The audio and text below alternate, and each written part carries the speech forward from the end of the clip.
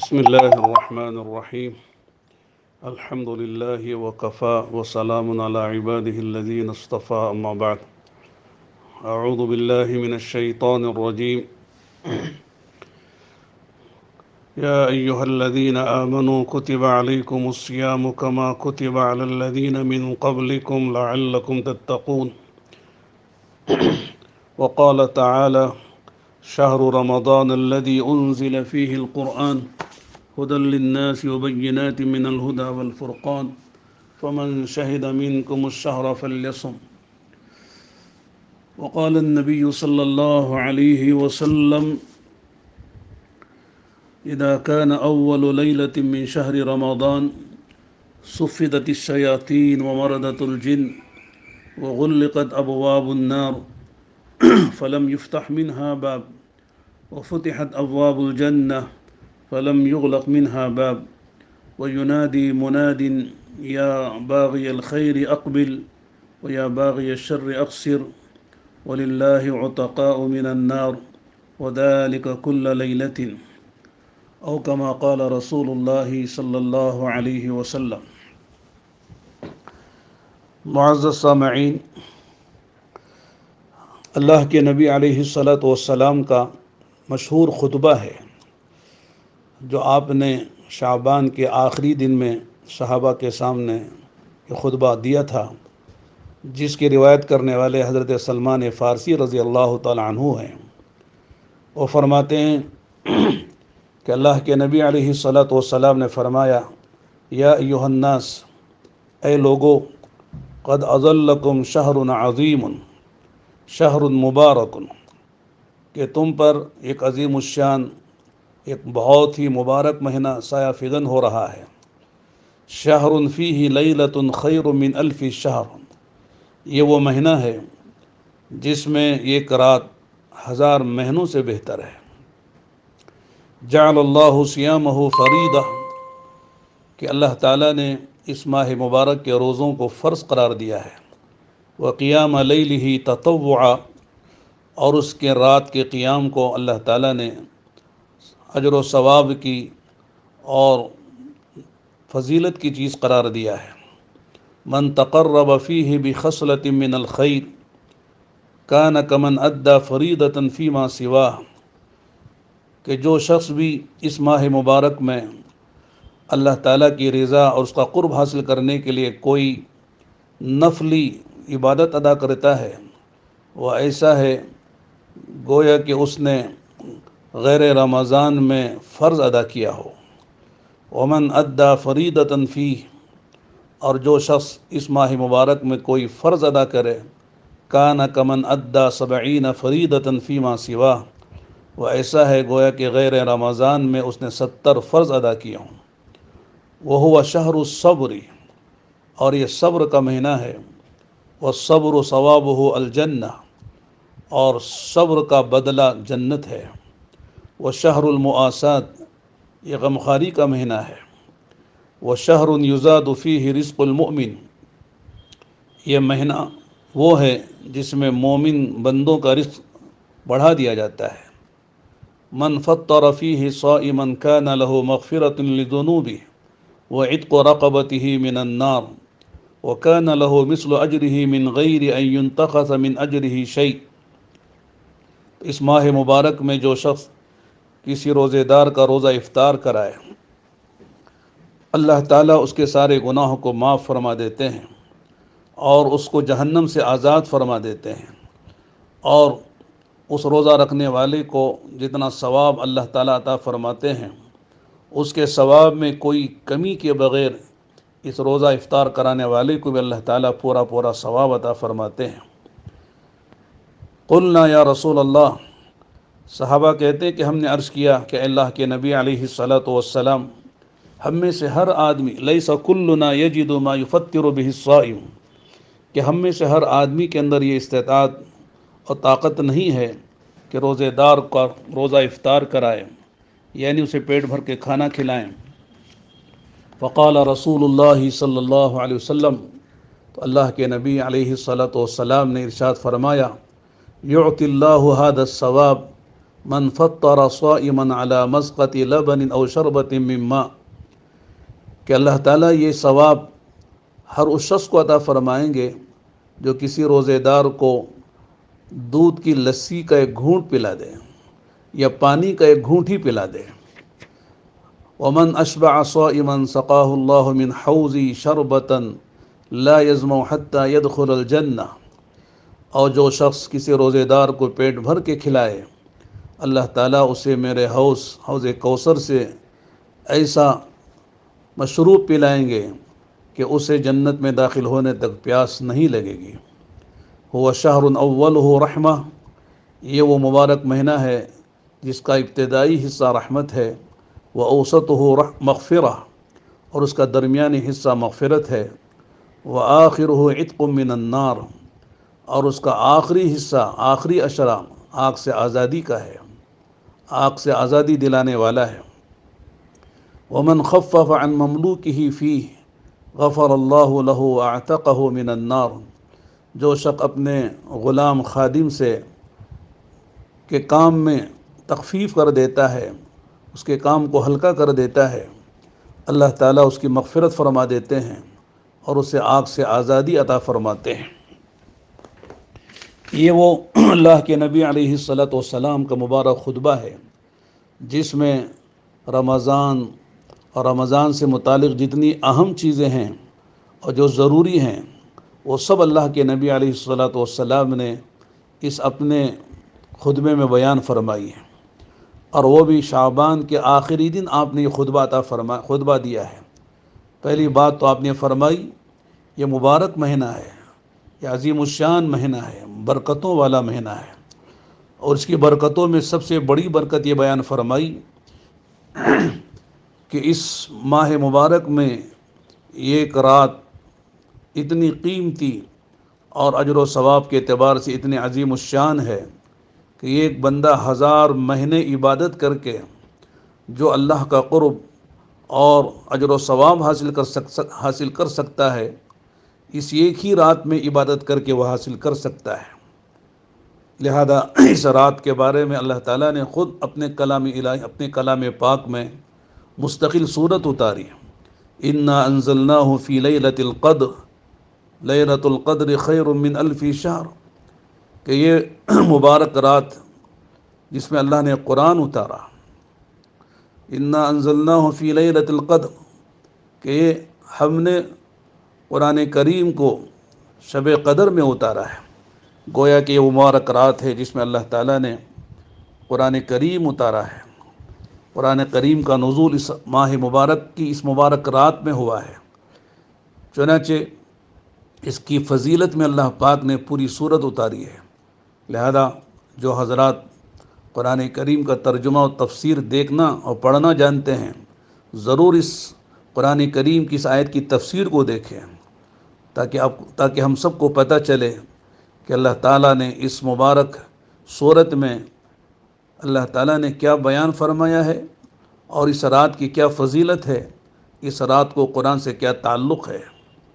دوسری بات، اللہ تعالیٰ نے اللہ کے نبی علیہ الصلاۃ والسلام نے جو بات فرمائی ہے وہ یہ ہے کہ وَجَعَلَ اللَّهُ صِيَامَهُ فَرِيضَةً، اس ماہ مبارک میں اللہ تعالیٰ نے اس ماہ مبارک کے روزوں کو اللہ نے فرض قرار دیا ہے۔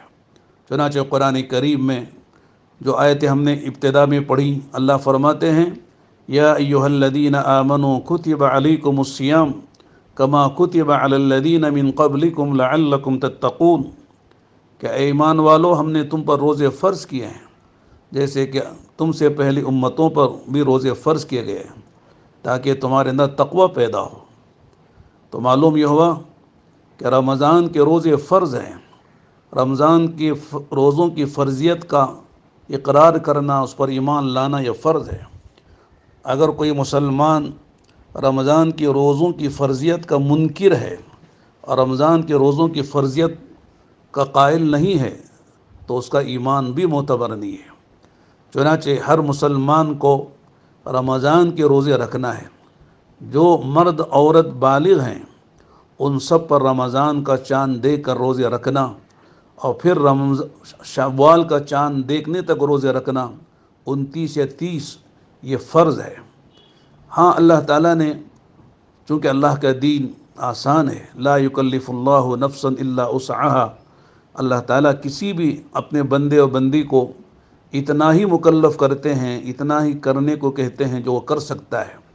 چنانچہ اللہ نے سہولت بھی دی ہے، اگر کوئی مسلمان مرد و عورت رمضان کے مہینوں میں بیمار ہے یا مسافر ہے تو رمضان میں سفر کی وجہ سے، بیماری کی وجہ سے روزہ نہیں رکھ سکتا ہے تو کوئی حرج کی بات نہیں ہے، روزہ چھوڑنے کی گنجائش ہے۔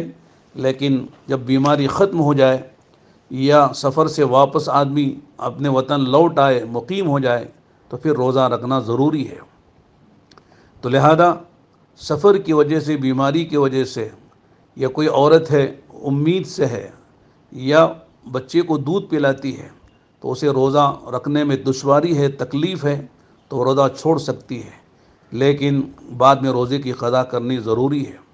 چنانچہ مسلمان کسی حال میں روزہ نہ چھوڑے، کوشش کرے کہ رمضان کا روزہ رمضان ہی میں رکھے۔ اور جہاں تک رمضان کے روزوں کے مسائل ہیں، ان کو حضرات علماء کرام سے معلوم کریں۔ مستورات بہشتی زیور کے ذریعے سے مسائل معلوم کر سکتی ہیں، حضرات علماء کے ذریعے سے معلوم کر سکتے ہیں۔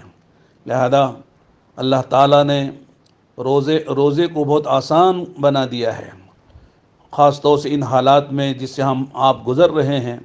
لاک ڈاؤن ہے، آدمی کو کہیں آنا جانا نہیں ہے، عام طور سے سارے ہی لوگ مقیم ہیں، مسافر شاید ہی کوئی ہوگا، اور گھروں میں رہنے کی وجہ سے باہر کی مشقتیں سے بھی بچے ہوئے ہیں، اس لیے روزہ رکھنا ان دنوں میں بہت ہی آسان ہے۔ لہذا رمضان المبارک کا سب سے بڑا احترام یہ ہے کہ ہر مسلمان مرد عورت روزے کا اہتمام کرے اور کسی حال میں روزہ نہ چھوڑے۔ اگر کسی عذر سے روزہ چھوٹتا ہے تو پھر اسے بعد میں رکھ لینا ضروری ہے۔ اللہ کے نبی علیہ الصلاۃ والسلام نے فرمایا ہے کہ اگر کوئی مسلمان روزہ رکھ سکتا ہے لیکن روزہ نہیں رکھا، نہ کوئی عذر تھا، نہ کوئی بیماری تھی، نہ کوئی سفر تھا، لیکن پھر بھی روزہ نہیں رکھا، تو بہت بڑا نقصان اس کا ہوا ہے۔ چنانچہ آپ نے فرمایا، من افطر یوما من رمضان من غیر رخصت ولا مرض لم يقض عنه صوم الدہر کلہ وان صامہ، اگر کوئی شخص رمضان کا ایک روزہ چھوڑ دے بغیر کسی رخصت کے، بغیر کسی بیماری کے، یعنی کوئی عذر بھی نہیں ہے، کوئی بیماری بھی نہیں ہے، رمضان کا روزہ چھوڑ دیا، تو فرمایا رمضان کے بعد اگر زندگی بھر بھی روزہ رکھتا رہے تو رمضان کا روزہ چھوڑنے کا جو نقصان ہوا ہے، جو اسے خسارہ ہوا ہے، اس کی تلافی مشکل ہے۔ اگرچہ کہ قانونی اعتبار سے ایک روزے کی قضا ایک روزے سے پوری ہو جاتی ہے، لیکن رمضان کی برکتیں، رمضان میں روزہ رکھنے کی برکتیں، اور جو اجر و ثواب رمضان میں روزہ رکھنے کا ہوتا، جو اس نے بغیر عذر کے، بغیر بیماری کے چھوڑ دیا ہے، اس کی تلافی زندگی بھر کے روزوں سے نہیں ہو سکتی ہے۔ اس لیے ہر مسلمان کو چاہیے کہ رمضان کا احترام روزوں کے ذریعے سے کرے، کسی حال میں روزہ نہ چھوٹے۔ روزے کے بڑے فضائل ہیں۔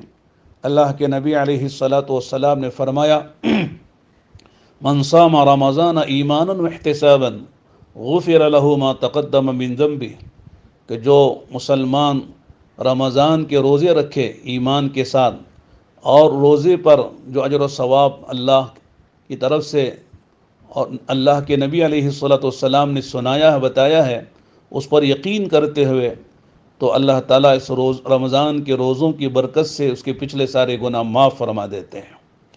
اسی طرح فرمایا، من قام رمضان ایمانا واحتسابا غفر له ما تقدم من ذنبه، کہ جو شخص ایمان و احتساب کے ساتھ رمضان میں قیام کرے، یعنی تراویح کی نماز پڑھے، تو اللہ تعالیٰ اس کے سارے گناہوں کو معاف فرما دیتے ہیں۔ چنانچہ رمضان کی عبادتوں میں ایک اہم عبادت جو رمضان ہی سے متعلق ہے، غیر رمضان میں عبادت نہیں ہے، وہ تراویح کی نماز ہے۔ چنانچہ 20 رکعت تراویح 10 سلاموں کے ساتھ پڑھنا ہر مسلمان مرد و عورت پر سنت مؤکدہ ہے۔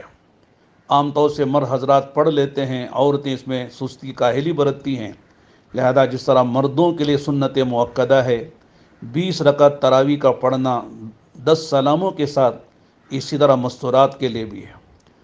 حالات کی وجہ سے ہم مسجدوں میں نہیں جا سکتے، مسجدوں میں الحمدللہ 4-5 آدمی وہ تراویح پڑھ رہے ہیں، جیسے دیگر نماز جماعت سے ادا ہو رہی ہیں اس طرح تراویح بھی ہو رہی ہے۔ الحمدللہ مسجد ویران نہیں ہے، مسجدیں آباد ہیں۔ الگ بات ہے کہ مسجد میں وہ یعنی مسجدیں تمام محلے کے مسلمانوں سے آباد نہیں ہیں۔ مسلمان حالات کی وجہ سے، لاک ڈاؤن کی وجہ سے اور کرونا وائرس کی اس بیماری کی وجہ سے جو طبی اعتبار سے حکومت اور اطباء اور ڈاکٹروں نے جو تجاویز طے کی ہیں اس کو سامنے رکھتے ہوئے مسلمان مسجد میں جانے سے قاصر ہیں، لیکن الحمدللہ مسجدیں آباد ہیں، مسجدوں میں تراویح ہو رہی ہے، بس مختصر جماعت ہے۔ باقی سارے مسلمان مرد عورت اپنے اپنے گھروں میں تراویح کا اہتمام کریں، تراویح کسی صورت میں ناغہ نہ کریں، اس لیے کہ اللہ کے نبی علیہ السلام کی جو حدیث آپ نے سنی کہ اللہ کے نبی علیہ السلام نے فرمایا کہ رات کے قیام کو اللہ تعالیٰ نے بڑے اجر و ثواب کا سبب بنایا ہے، اور رمضان کے نفل غیر رمضان کے فرضوں کے برابر ہے، اور جو رمضان میں فرض ادا کرے اسے غیر رمضان کے 70 فرضوں کے برابر ثواب مل رہا ہے۔ گویا کہ ایمان والوں کے لیے ایک موقع ہے، سیزن ہے آخرت بنانے کا، اللہ کو راضی کرنے کا، اللہ کا تقرب حاصل کرنے کا، اور جنت کو سجانے اور اس جنت کو بنانے کا، لہذا اس میں غفلت ہرگز نہ ہونی چاہیے۔ چنانچہ رمضان کے روزوں کے فضائل کے بارے میں بے شمار اللہ کے نبی علیہ السلام کے اقوال ہیں، آپ کی حدیثیں ہیں۔ آپ علیہ السلام نے فرمایا کہ فی الجنت 8 ابواب، جنت میں 8 دروازے ہیں، منہا باب یسمى الریان، ان 8 دروازوں میں سے ایک دروازہ ہے جس کا نام ریان ہے، لا يدخلہ الا الصائمون، اس میں روزے دار ہی داخل ہوں گے۔ اللہ تعالی ہم سب کو اہتمام سے رمضان کے روزے رکھنے کی توفیق عطا فرمائے، تراویح کا اہتمام کرنے کی توفیق عطا فرمائے۔ جن گھروں میں اللہ کی توفیق سے، اللہ کے احسان و کرم سے حفاظ کرام ہیں، وہ اپنے گھر والوں کے ساتھ پورا قرآن سنائیں، گھر والے قرآن سنیں، اور جن کے گھر میں حافظ قرآن نہیں ہیں تو ان کو بھی چاہیے کہ تراویح پڑھیں، جو قرآن یاد ہے اسی سے اپنی 20 رکعت تراویح پڑھیں، اور آئندہ کے لیے اللہ سے مانگے کہ ہمارے گھر میں بھی حافظ قرآن ہو۔ اگر آج ان حالات میں ہمارے گھر میں کوئی حافظ قرآن ہوتا تو ہم بھی رمضان کے مہینے میں تراویح میں قرآن سن لیتے، اس لیے کہ رمضان میں 2 چیزیں الگ الگ ہیں۔ ایک تراویح ہے جو پورے 29 یا 30 دن تراویح کا پڑھنا مستقل سنت ہے، اور پورے رمضان میں کم سے کم 1 مرتبہ پورا قرآن تراویح میں پڑھنا اور سننا یہ مستقل سنت ہے۔ چنانچہ ہم اگر حافظ قرآن نہیں ہیں، ہماری قسمت نہیں ہے، تو کم سے کم رمضان کے پورے مہینے میں تراویح پڑھیں، اور جتنا قرآن جسے یاد ہے اس کو وہ سنائیں۔ آخری درجے میں علم ترا سے لے کر آخر تک اسی سے تراویح پوری پڑھ لیں، تراویح کا اہتمام ہو۔ اس کے ساتھ ساتھ جو اہل ثروت ہیں، اہل دولت ہیں، اپنے پورے مال کا حساب لگا کر، جس میں مالی تجارت بھی ہے، نقدی بھی ہے، اور سونا چاندی بھی ہے، اس کا حساب لگا کر 40واں حصہ اپنے مال کی زکوٰۃ ضرور نکالیں۔ یہ بھی فرض ہے اور ارکان اسلام میں سے ہے۔ زکوٰۃ کے نکالنے کے بڑے فضائل ہیں، نہ دینے کے پر بڑی وعیدیں ہیں، لہذا عورتیں بھی مرد بھی اپنے اپنے مال کا حساب لگا کر پوری زکوٰۃ نکالیں، اور مستحقین زکوٰۃ تک خود زکوٰۃ پہنچائیں، اپنے رشتہ داروں میں، اپنے پڑوسیوں میں جن کو زکوٰۃ لینا جائز ہے اور جن کو دینا صحیح ہے ان کو معلوم کر کے زکوٰۃ ادا کریں۔ اس کے ساتھ ساتھ مدارس ہیں جو ہمارے دین کے قلعے ہیں، جہاں سے ہماری دینی ضرورتیں پوری ہوتی ہیں، لہذا اس کا بھی خیال رکھا جائے۔ لاک ڈاؤن کی وجہ سے اہل مدارس ہم تک نہیں آ سکتے، لیکن ہم ان تک خود پہنچانے کی جو بھی شکل ہو اس کو پورا کرنے کی کوشش کریں۔ ان کے سفرا اگر نہ آئیں تو ان تک پہنچانے کی جو بھی شکلیں ہم سمجھ سکتے ہیں ان سے رابطہ کر کے پہنچانے کی کوشش کریں۔ یہ ہماری اپنی ذمہ داری ہے، یہ ہمارا اخلاقی اور دینی فرض، دینی فریضہ بھی ہے۔ اس کے ساتھ ساتھ جو بھی محتاج ہیں، ضرورت مند ہیں، چاہے وہ مسلم ہو غیر مسلم ہو، ان سب کی ضرورتوں کو پورا کریں۔ اللہ کے نبی علیہ الصلاۃ والسلام نے فرمایا الخلق عیال اللہ، کہ ساری مخلوق اللہ کی عیال ہے، اللہ کا خاندان ہے۔ وَأَحَبُّ الْخَلْقِ إِلَى اللَّهِ أَنْفَعُهُمْ لِعَيَالِهِ، اللہ تعالیٰ کو سب سے زیادہ محبوب وہ اللہ کے بندے اور بندیاں ہیں جو اللہ کے بندوں کو، اللہ کی مخلوق کو نفع پہنچائیں۔ لہذا کوئی بھوکا ہے کھلائیں، کوئی ننگا ہے پہنائیں، کوئی بیمار ہے اس کی دوا علاج کا فکر کریں، جس کی جیسی حاجت اس کا فکر کریں۔ اسلام نے ہمیں یہی سکھایا ہے، مسلمان اسی کو کہتے ہیں۔ اللہ کے نبی علیہ الصلاۃ والسلام نے فرمایا کہ ما آمن بی من بات شبعان وجارہ فی جنبہ جائع ویعلم بہ، وہ شخص مجھ پر ایمان لانے والوں میں اس کا شمار نہیں ہے جو خود پیٹ بھر کے کھا کے سو رہا ہو اور اس کے پڑوس میں اس کا پڑوسی بھوکا ہے اور اس کو اس کے بھوکے رہنے کا علم بھی ہے، لیکن پھر بھی اس کی خبر نہیں لیتا ہے، تو گویا کہ وہ مجھ پر ایمان لانے والوں میں اس کا شمار نہیں ہے۔ کتنی بڑی بات ہے، کتنی اہم بات اللہ کے نبی علیہ الصلاۃ والسلام نے فرمائی ہے۔ لہذا درخواست ہے تمام اہل ایمان سے کہ رمضان کی مبارک ساعتوں میں ہر ایک کا خیال رکھیں، اللہ کے حقوق بھی ادا کریں، روزے، نماز، تراویح، تہجد، دعا اور بکا اور توبہ استغفار کے ذریعے سے، اور اللہ کے بندوں کا بھی خیال رکھیں صدقہ خیرات کر کے۔ اور جیسے آقا نے فرمایا کہ یہ مہینہ غمخواری کا مہینہ ہے، یہ مہینہ ایک دوسرے کا ساتھ، ایک دوسرے پر خرچ کرنے کا مہینہ ہے۔ چنانچہ اللہ کے نبی علیہ السلام نے فرمایا رمضان کے ہر رات دن میں اللہ کی طرف سے ایک منادی اعلان کرتا ہے، ینادی منادن یا باغی الخیر اقبل و یا باغی الشر اقصر، اے نیکی کے چاہنے والے، اے نیکی کے دل دادا آگے بڑھ، اے برائی کے چاہنے والے، برائی کے دل دادا رک جا، آگے نہ بڑھ۔ وَلِلَّهِ عُتَقَاءُ مِنَ النَّارِ وَذَلِكَ كُلَّ لَيْلَةٍ، اور رمضان میں اللہ تعالیٰ اپنے بندوں کو جہنم سے آزاد کرتے ہیں، یہ ہر رات اللہ کی طرف سے معاملہ ہوتا ہے۔ پھر دعاؤں کا اہتمام ہو انشاءاللہ۔ رمضان کی دعائیں، رمضان کا رونا، رمضان کا توبہ استغفار، تہجد، تراویح، خرچ، اللہ کے بندوں پر خرچ کرنا، یہ وہ اعمال ہیں انشاءاللہ ان کی برکت سے اللہ تعالیٰ اپنے غضب کے دروازوں کو بند فرمائیں گے، رحمتوں کے دہانے کھولیں گے۔ اس لیے کہ یہ مہینہ پہلا عشرہ رحمت کا ہے، دوسرا عشرہ مغفرت کا ہے، آخری عشرہ آگ سے آزادی کا ہے۔ لہذا اس مہینے کو ضائع نہ کریں، گناہوں سے پوری طرح احتیاط کریں، گناہوں سے پوری طرح بچنے کا فکر کریں۔ خاص طور سے موبائل میں جو گناہ بندہ کرتا ہے موبائل کے راستے سے، اس کا تو زیادہ اہتمام کریں کہ موبائل کے ذریعے سے ہماری آنکھیں، ہمارا دماغ اور ہماری زبان اور ہمارا فکر گناہوں میں مبتلا نہ ہو۔ کم سے کم موبائل کا استعمال کریں، کثرت سے اللہ کے پاک کلام کی تلاوت کریں۔ ہمارے اکابر کا معمول تھا، اگر ہم صحابہ کی بات کہیں، ائمہ اربعہ کی بات کریں اور قرون اولیٰ کی بات کریں، لوگ کہیں گے وہ بڑے لوگ تھے، ہم کہاں ہیں۔ ابھی ماضی قریب کے لوگوں میں ہمارے اکابر کو آپ دیکھ لیں، انہوں نے قرآن کریم کی تلاوت کا کیسا اہتمام کیا ہے۔ پورے رمضان میں روزانہ یہ قرآن ختم کرنے کا عام معمول رہا ہے، پوری رات جاگنے کا عام معمول رہا ہے۔ رمضان میں مخلوق سے کٹ کر خالق سے لو لگانا اور خالق ہی میں غرق رہنا، یہ ہمارے عام اکابر کا حال رہا ہے۔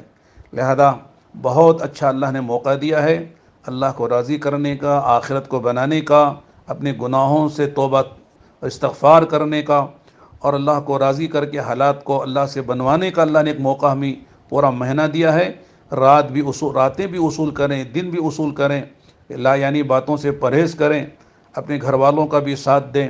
انشاءاللہ اللہ کی ذات سے امید ہے کہ رمضان کا مہینہ ختم ہوتے ہوتے اللہ تعالیٰ سارے عالم کے حالات کو درست فرما دیں گے۔